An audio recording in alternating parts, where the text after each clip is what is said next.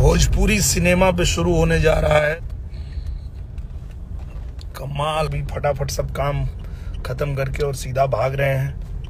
पूरी जगत से, हमारे यूपी से, बिहार से, झारखंड से ऐसी ऐसी हस्तियां आई हैं। वाह, गांव गांव से निकल के जो बच्चे तो दोस्तों देखा आपने भोजपुरी के सुपरस्टार खेसारी लाल यादव के राजा राम फिल्म के बारे में दिनेश लाल यादव निरहुआ बहुत कुछ बोलिए। तो क्या बोले हैं आज के इस वीडियो में बताने वाले हैं, तो इस वीडियो का अंत तक देखना तभी आप लोग को मालूम चल पाएगा। तो दोस्तों दिनेश लाल यादव निरहुआ बोले कि भोजपुरी की यह सबसे बड़ी फिल्म होने वाली है जो कि इतिहास रच देगी ये फिल्म जब भी आएगी। और दोस्तों दिनेश लाल यादव निरहुआ ये भी बोले कि भोजपुरी के सबसे बड़ा सुपरस्टार खेसारी लाल यादव है जो की ये फिल्म बना सकता है ऐसा। और दोस्तों दिनेश लाल यादव निरहुआ बोले की मैं भी गोरखपुर में शूटिंग देखने जाऊंगा खेसारी लाल यादव का राजा राम फिल्म का।